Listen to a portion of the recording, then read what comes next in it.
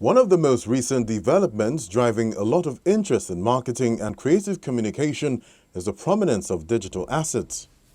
By definition, a digital asset is any electronic file or data owned by an enterprise or individual and used as currency to make transactions or as a way of storing intangible content such as computerized artworks, video, or contract documents. Many people have considered digital assets to only include photos and videos, but over time, they've been known to include documents, presentations, and even spreadsheets. While the definition of a digital asset is constantly changing as new digital formats emerge, it's important to know that a crucial part of the digital asset definition is derived from the value the asset brings to the company. Olumuyiwa Dada, CEO of Cherry Books Media, shares more insight on how to leverage digital assets. Olumuyiwa, glad to have you on Tech Trends today.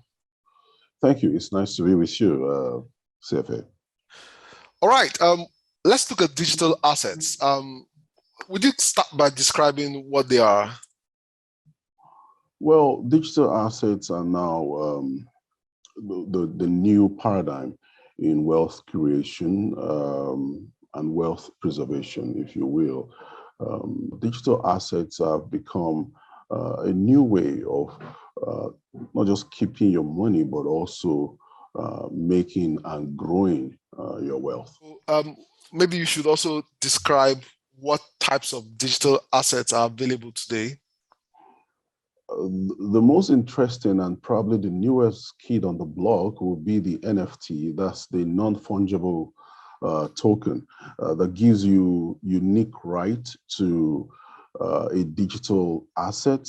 So you probably have painting, music, write-up, in digital format. You have a unique identifier that makes that property yours, and you could sell it. And depending on the value of the item at the time or how well it is appreciated, it could grow so rapidly. And it's an interesting thing.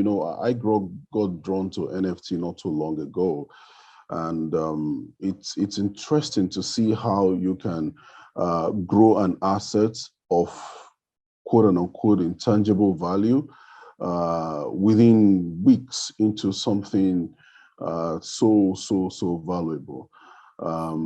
Also, of course, the popular one that people have been used to now for quite a while is the crypto,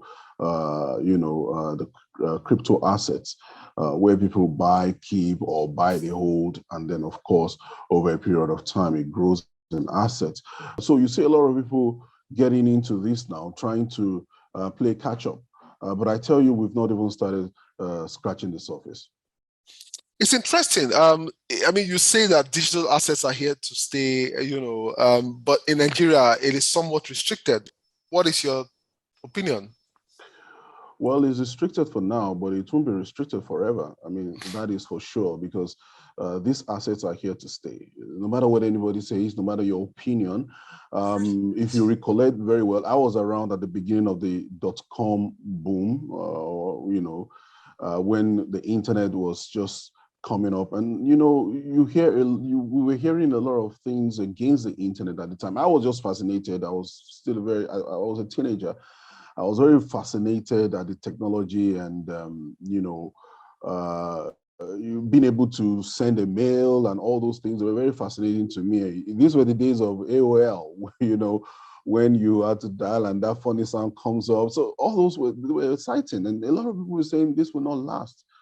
But today, there's practically nothing you want to do that you don't have to get online to get it done.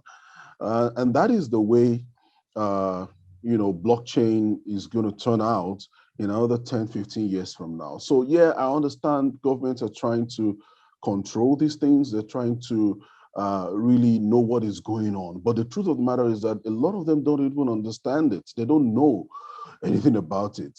It's not within their sphere of knowledge, and therefore they want to have control. Okay. For those who are watching this show now and they are thinking, okay, how do I get started? What is the starting point for anyone who wants to, be part of this whole digital assets movement? Knowledge. Knowledge, knowledge, knowledge. Get to know about it. It's very important. Because of the nature of it. It's a bit scammy in Nigeria right now. There's a lot of scams going on around digital assets, and that is largely because people are ignorant. Scam only thrives where you have ignorance. So people need to get knowledge. Go online, read about it, buy books, go on YouTube, watch videos that's really, not selling anything, but trying to give you information and knowledge about this. It's very key. Before you put your hard-earned money into digital asset, make sure you have adequate knowledge. That's the place to start. All right. And in terms of security, I mean, I know you mentioned it a bit, but like if you eventually get into digital assets, how do you ensure that nothing happens to these assets? If there is anything that is secure, I tell you, it's going to be the digital asset sphere. I mean, if you are not knowledgeable in the use of the tools, someone could get in somewhere, within the chain, and get involved with your properties or assets and all of that, and do things with them. But if you're very good, and these are not very difficult things. I mean, all you need to do is, put up some, security stuff, ensure this is in place, ensure that is in place. And if you do all of that, the system itself is almost impregnable. It's almost impossible for people to hack. So in terms of security, it's probably more secure than any other form of asset that you have out there. Okay, so generally, how do you think that we're doing in terms of local innovation around the digital asset space? For the youth, I'm telling you, Nigeria is way high up there right now. In terms of the use, in terms of creativity and innovation, Nigerians are doing very well. So, and if you were to based on this, if you were to advise the government, from the stance of today, what would you say? We could create a whole economy around digital assets and everything involved, the whole gamut. So I would advise governments to reach out to people who know about this. If they don't, or they go after knowledge, they should be able to know the fundamentals and how does this impact on the economy. This is very key. This is very crucial, because there's something huge there. And the interesting thing is that right now Nigeria is ranked really high in this field because our youth have plugged into this. There is no other way. There's no easier way for them to have access to wealth. All right. So finally, Olumuyiwa, if I decide to go ahead to join this whole fray, is there anything I should be worried about whatsoever when it comes to digital assets? First thing you need to do, if you're interested and you want to get into this fray, is to first acquire sufficient knowledge, and within a week or less, you can catch up with some of these things.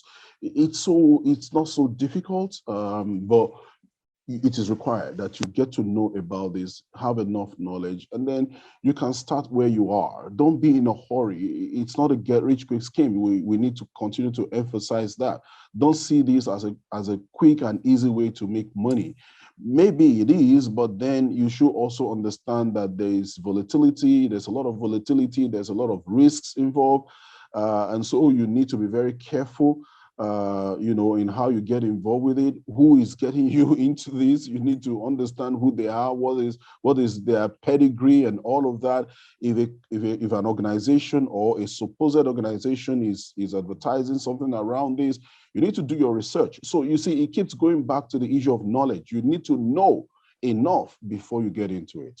Fantastic. Olumuyiwa, I just want to say thank you very much for being on the show today. Thank you. All the best. Thank you for having me. All right, thanks. Bye.